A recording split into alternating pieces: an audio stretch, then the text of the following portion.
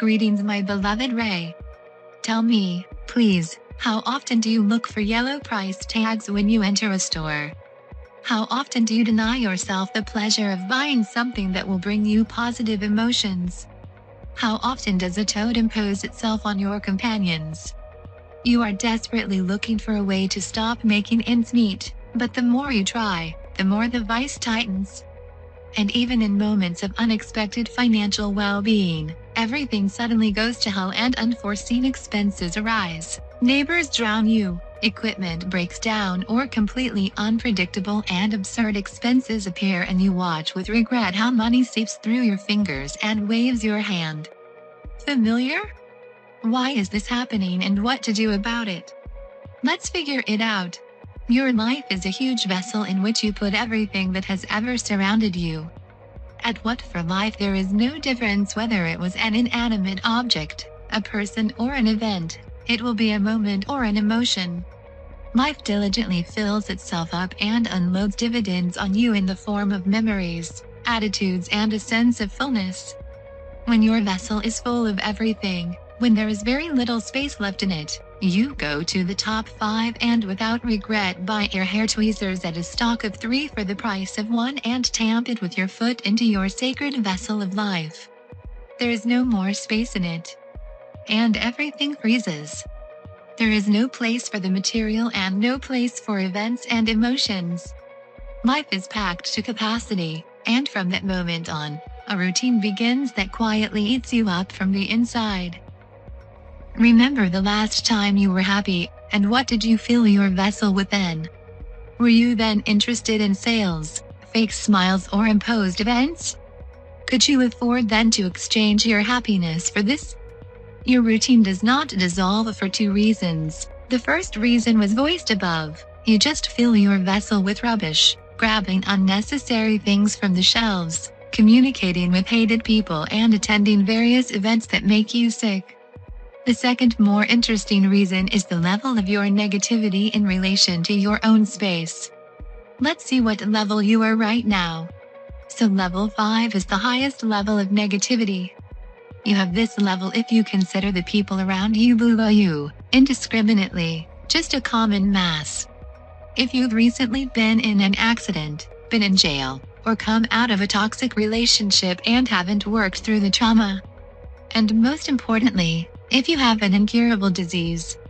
Do you understand that illness is not the cause of negativity, it is only its consequence?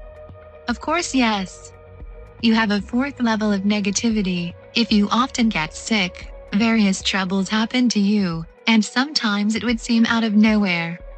You also often come across scammers and swindlers, and you think that you can't trust anyone. At this level, money flows like water and the financial sector leaves much to be desired. You are level 3 if you are constantly trying to please others, but you feel miserable at the same time. You often borrow money, live from paycheck to paycheck, and there is always enough money only back to back. Often you have to take loans and life is like a vicious circle from which there is no way out.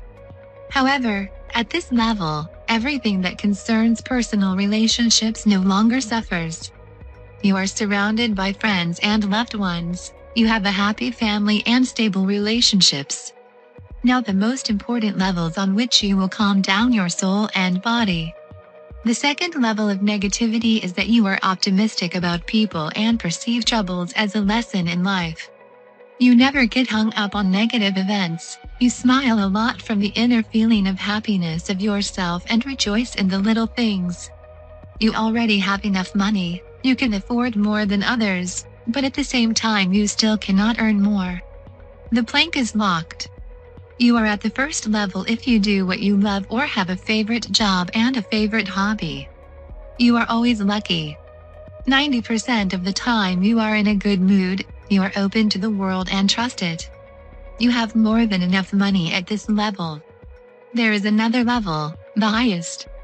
On it, money is taken from the air, everything happens by itself, but you are no longer interested in it, because you are a Buddha.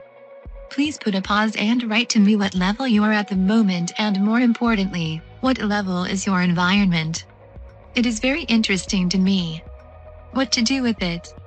How to level up? Finance is always inextricably linked with all other areas of your life. The first thing you need to realize is that your negative attitudes about any area of your life affect everyone else, whether you like it or not. Write down global goals for the year and break them down into steps. Remove negative attitudes and replace them with your own. With these actions, you will achieve significant changes not only in the field of finance, but in all others at the same time. Don't neglect it. The second point is the control of purchases. When you're looking for a yellow price tag in a store, you automatically trigger shortage mode in your head. Take what you want or take what is cheaper. That's what you need to work on. Start small, like toilet paper.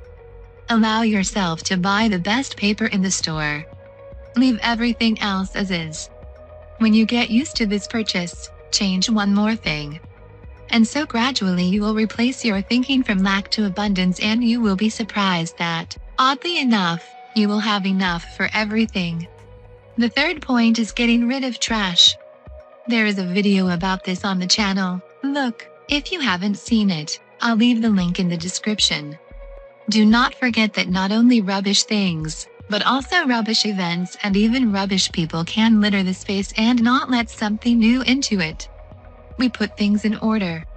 The fourth mandatory is love for your space. Everything that surrounds you should bring you a positive feeling. Everything you interact with, try to be grateful.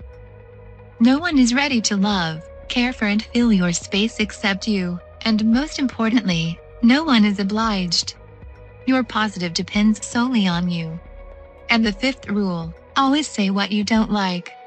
It's hard to comprehend, but people don't know how to read your thoughts. They don't have a clue what might not suit you, and they are definitely perplexed when you silently cut off contact with them or quietly take offense at something in a mink.